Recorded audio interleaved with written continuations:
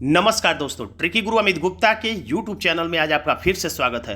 दोस्तों, आज मैं आपके लिए फिर से लेकर आ गया हूं यूपीएसआई 2017 की ऑनलाइन परीक्षा में पूछे गए हिंदी के कुछ प्रश्न, जिन्हें अगर आप यूपीएसआई की तैयारी करते हैं तो जानना और देखना जरूरी है। तो इसी श्रृंखला में ये भाग 2 है, इसे आप देखें। इसमें पहला प्रश्न लिखा हुआ, ज्ञानपीठ पुरस्कार कितनी भाषाओं में दिया जाता है। तो ज्ञानपीठ कितनी भाषाओं में दिया जाता है, तो आप संविधान भी जरूर पढ़ते होंगे क्योंकि मूल विधि और संविधान आपके सिलेबस का हिस्सा है। तो संविधान की 8वीं अनुसूची में कितनी भाषाओं का उल्लेख है, तो 22 भाषाओं का उल्लेख है। तो इसी बात से आपको याद रखना चाहिए, ज्ञानपीठ पुरस्कार भी उन्हीं 22 भाषाओं में दिया जाता है। तो हमारा आंसर इसमें हो जाता है डी। आहत का विलोम शब्द होगा। आहत शब्द आपने सुना होगा, प्राचीन भारतीय इतिहास में आहत सिक्के ढाले जाते थे। तो आहत का मतलब क्षतिग्रस्त हो गया, या कह सकते हैं आहत का मतलब किसी को आहत करना यानी कष्ट पहुंचाना। तो आहत का विलोम शब्द होगा अनाहत। अगला प्रश्न, काला अक्षर। तो दो ही में से कंफ्यूज अगर कर सकते हैं, अगर एकदम से आप पढ़े ना है तो बैल या भैंस। तो काला अक्षर भैंस बराबर सबको पता होगा, आंसर हो गया ये। अगला प्रश्न है, पगड़ी का बहुवचन क्या होगा। विकल्प ए पगड़ियां, विकल्प बी पगड़ियों, विकल्प सी पगड़ी, विकल्प डी कोई नहीं। यहां पर आप सही उत्तर टिक करेंगे, लेकिन परीक्षा में पता नहीं क्या हो जाता है कि आंसर 2 विकल्प में सही लगने लगते हैं। तो यहां पर सही जवाब है ए पगड़ियां। अगला प्रश्न है, रात काली अंधेरी है में विशेष क्या है। तो आप विशेषण चैप्टर जब पढ़ेंगे तो आपको जानकारी हो जाएगी। जिस शब्द से विशेषता बताई जाती है, जिस शब्द से किसी की विशेषता बताई जाती है उसे विशेषण कहते हैं, और जिसकी विशेषता बताई जाती है उसे विशेष्य कहते हैं। जैसे कहा जाए काली बकरी, काली बकरी, तो इसमें बकरी जो काली क्या है, विशेषता है, तो ये हो गया विशेषण। और बकरी क्या है, तो जिसकी विशेषता बताई जा रही है। किसकी विशेषता बताई जा रही है, तो बकरी की, तो ये हो गया विशेष। तो यहां पर रात काली अंधेरी है, तो काली अंधेरी ये विशेषण हो गया, और किसकी विशेषता काली है, तो रात की, तो रात यहां पर हो गया विशेष, यानी हमारा आंसर हो जाएगा रात। यानी जिसकी विशेषता बताई जाए उसे ही विशेष कहते हैं। प्रजा का बहुवचन क्या होगा, तो एकदम एक शब्द में रट लीजिए, प्रजा का विलोम शब्द होता है डी प्रजाजन। निरक्षर का विलोम शब्द क्या होगा। निरक्षर का मतलब जिसके पास अक्षर का ज्ञान ना हो, तो निरक्षर का विलोम होगा साक्षर, यानी जिसे अक्षरों का ज्ञान हो। घोटक का पर्यायवाची शब्द होगा। तो घोटक पर्यायवाची शब्द है किसका, घोड़ा का। घोड़ा, तुरंग, याद रखिएगा, तुरंग भी घोड़े का पर्यायवाची है, लेकिन तरंग नहीं है। तरंग घोड़े का पर्यायवाची नहीं है, तुरंग है। तुरंग, घोटक, है, बाजी, ये सही, सैंधव, ये सब घोड़े के पर्यायवाची शब्द है। अगला प्रश्न है, दक्ष का पर्यायवाची शब्द है दक्ष। दक्ष मतलब योग्य, कुशल, तो इसमें हमारा आंसर हो जाता है बी कुशल। अगला प्रश्न, भगवती चरण वर्मा की पुस्तक कौन सी है। तो भगवती चरण वर्मा की पुस्तक है चित्रलेखा। वैसे मैला आंचल भी एक चर्चित पुस्तक है। मैला आंचल लिखा था फणीश्वर नाथ रेणु ने, फणीश्वर नाथ रेणु ने। तो इसको भी आप याद कर सकते हैं, मैले आंचल में कौन बैठा है, तो फणी। फणी का मतलब फन काढ़ के सांप बैठा है मैले आंचल में। और आधे अधूरे लिखा था मोहन राकेश ने, जिन्होंने अंडे के छिलके भी लिखा है, आषाढ़ का एक दिन भी लिखा है। धक्का मुक्की में कौन सा समास है। तो आपको एक ट्रिक पता होना चाहिए कि जिन दो शब्दों के बीच में 99%, 100% नहीं कह सकते हैं, जिन दो शब्दों के बीच में डैश दिखाई दे जाए या जिनके बीच में और का भाव छुपा हो, तो वो होता है द्वंद्व समास। दिनकर का पर्यायवाची बताइए। दिनकर रटना बहुत आसान है। दिन, दिन मतलब दिन कर देने वाला, रात करने वाला नहीं, दिन कर देने वाला, यानी सुबह कर देना। सुबह कौन करता है, सूर्य। दिनकर, दिवाकर, प्रभाकर, रवि, शशि, कई पर्यायवाची शब्द है, शशि नहीं। भारत भारती के रचनाकार हैं। तो भारत भारती के रचनाकार कौन है, तो मैथिली शरण गुप्त है। याद करना बिल्कुल आसान है। इसमें भी भार शब्द है, फिर भार शब्द है। भार, भार मतलब वजन, वेट। वेट कैसे बढ़ सकता है, किसका बढ़ सकता है, तो मेथी का दाना। आप लोग सब्जी में इस्तेमाल करते होंगे मेथी का दाना, आप लोग देखे होंगे। तो मेथी के दाने को अगर पानी में डुबा देंगे और उसे तौलेंगे तो इसका वजन बढ़ जाएगा। भार कैसे बढ़ जाता है? भार मेथी के दाने का भार बढ़ जाता है जब उसे पानी में डुबो देते हैं। तो याद रखिएगा, भारती तो मैथिली शरण गुप्त, यानी मैथिली शरण गुप्त का ट्रिक है, 2 अक्षर से कोड है मेथी का दाना। साकेत किसकी कृति है? तो देखिए फिर इन्हीं से प्रश्न, मैथिली शरण गुप्त, फिर वही ट्रिक काम आएगा साकेत। 2 ही अक्षर से आप लोगों को पता होगा कि मैं ट्रिक बनाता हूँ याद करने का, ताकि आपको परीक्षा हाल में जब विकल्प मिले तो 2 ही अक्षर पर ध्यान ले जाए तो आपको याद आ जाए आसानी से। तो साके, 2 अक्षर से साके निकल रहा है, यानी कि शक। कहा जाता है शक का कोई इलाज नहीं है, लेकिन मेथी का 2 दाना सुबह शाम खाएंगे तो आपके शक का भी इलाज हो सकता है। जो ही आएगा साकेत, तो शक का इलाज मेथी के दाने से। ये सच मैं नहीं बोल रहा हूँ, बस ऐसे ही आपको याद कराने के लिए बोल रहा हूँ। ये तेरा शिशु जग है उदास। ये तेरा शिशु जग है उदास।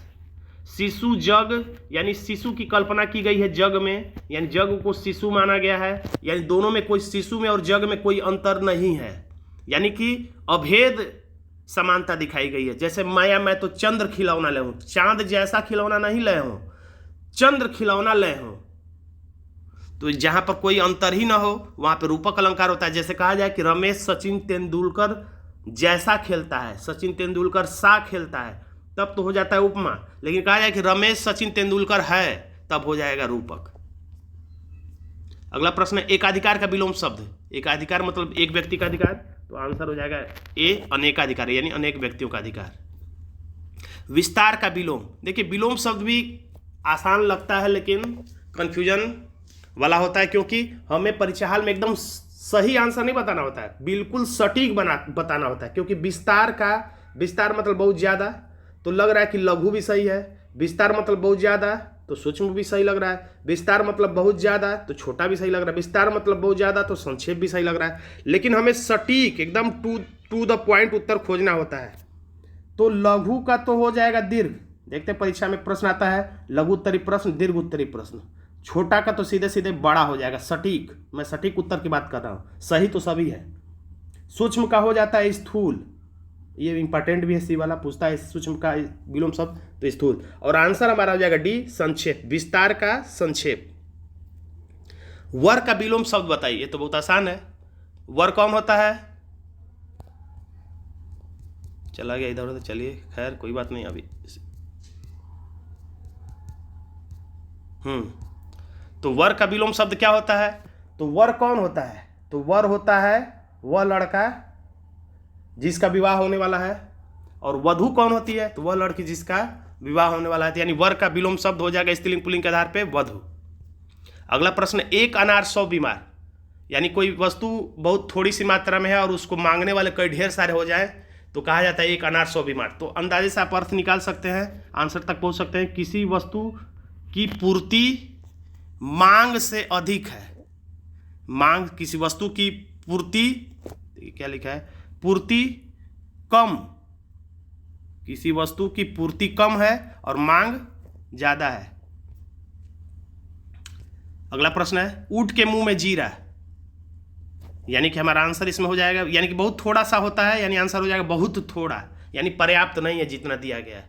अगर आपको सुबह में सिर्फ आधी रोटी क्या है, आपको सिर्फ एक निवाला रोटी का दिया जाए तो ये ऊंट के मुंह में जीरा के समान होगा। काली घटा का घमंड गया। तो ऐसे प्रश्नों को तो देखते ही उत्तर टिक कर देना है अधिक से अधिक 1-2 सेकंड में। यहाँ पर काली घटा एक बार यहाँ आया है, घटा एक बार यहाँ आया है, और दोनों का अर्थ अलग अलग है। यहाँ काली घटा का अर्थ है काले काले बादल, काले काले घने बादल। और यहाँ घटा घमंड घटा का मतलब यहाँ पर है माइनस हो जाना, कम हो जाना। यहाँ पर अर्थ है कम होना, और यहाँ पर है काले बादल, काले काले बादलों का घमंड घट गया। तो इसमें हमारा आंसर हो जाएगा ए, यमक अलंकार। 1969 ईस्वी में किसे साहित्य अकादमी पुरस्कार दिया गया? तो दोस्तों देखने में आ रहा है कि यूपीएससी परीक्षा में साहित्य अकादमी पुरस्कार से संबंधित कई प्रश्न पूछे जा रहे हैं, और पुराने समय के जो पुरस्कार किसको मिले हैं ये भी पूछे जा रहे हैं। यानी कि पूरा साहित्य अकादमी पुरस्कार को ही रट डालना पड़ेगा, लेटेस्ट से लेकर पुराने तक। तो 1969 में पुरस्कार मिला था श्रीलाल शुक्ल को। आंसर हो जाएगा हमारा ए। अगला प्रश्न है, गुनाहों का देवता के लेखक कौन है? ये बहुत ही अच्छा उपन्यास है, अगर आप लॉकडाउन में आपको समय मिले तो आप इसे पढ़िए, बहुत ही अच्छा उपन्यास है। तो इसे लिखा था धर्मवीर भारती ने। रामचरितमानस किस भाषा में लिखी गई है? तो रामचरितमानस संस्कृत को मत टिक करिएगा, यह लिखी गई है अवधी में। अवधि रटने के लिए सोच लीजिए, रामचरित, राम का जो चरित्र है, अवधि यानी अब भी प्रासंगिक है। रामचरितमानस यानी राम का चरित्र अब भी प्रासंगिक है, यानी अवधि रट लीजिएगा। अब बहुत लोग कंफ्यूज हो जाते हैं कि रामचरितमानस को किसने लिखा है, तुलसीदास ने लिखा है कि वाल्मीकि ने लिखा है कि वेदव्यास ने लिखा है? तो कमेंट बॉक्स में बताइएगा कि रामचरितमानस को किसने लिखा है। श्रीलाल शुक्ल को किस पुस्तक के लिए साहित्य अकादमी पुरस्कार मिला था? देखिए पीछे सन के माध्यम से पूछा गया, तो यहाँ पर पुस्तक का नाम पूछ लिया गया, तो इसमें हमारा आंसर हो जाएगा ए, राग दरबारी के लिए श्रीलाल शुक्ल को साहित्य अकादमी पुरस्कार मिला था। अनाथ का विलोम शब्द क्या है? अनाथ यानी जिसका कोई नाथ ना हो, तो आंसर हो जाएगा यहाँ पे बी, स्वनाथ यानी नाथ सहित। द्रौपदी का चीर का क्या अर्थ है? द्रौपदी का चीर, चीर का मतलब होता है वस्त्र, वस्त्र का पर्यायवाची है वस्त्र। द्रौपदी का चीर हरण वाली कहानी आप जानते ही हैं, यानी यहाँ पर ये नहीं होगा शर्मनाक कार्य नहीं, नारी का अपमान भी नहीं होगा, ये भी नहीं होगा, यहाँ पर होगा कभी समाप्त न होना, क्योंकि द्रौपदी के जो वस्त्र थे, जो साड़ी थी, वो श्री कृष्ण के द्वारा प्रदान की जा रही थी और वो कभी खत्म नहीं हो रही थी खोलने के बाद भी। तो यहीं पे एक कविता भी बनी थी कि साड़ी बीच नारी है, कि नारी बीच साड़ी है, कि साड़ी की ही नारी है, कि नारी की ही साड़ी है। और ये भी पूछा जाता है कि ये कौन सा अलंकार है, तो याद रखिएगा संदेह अलंकार है।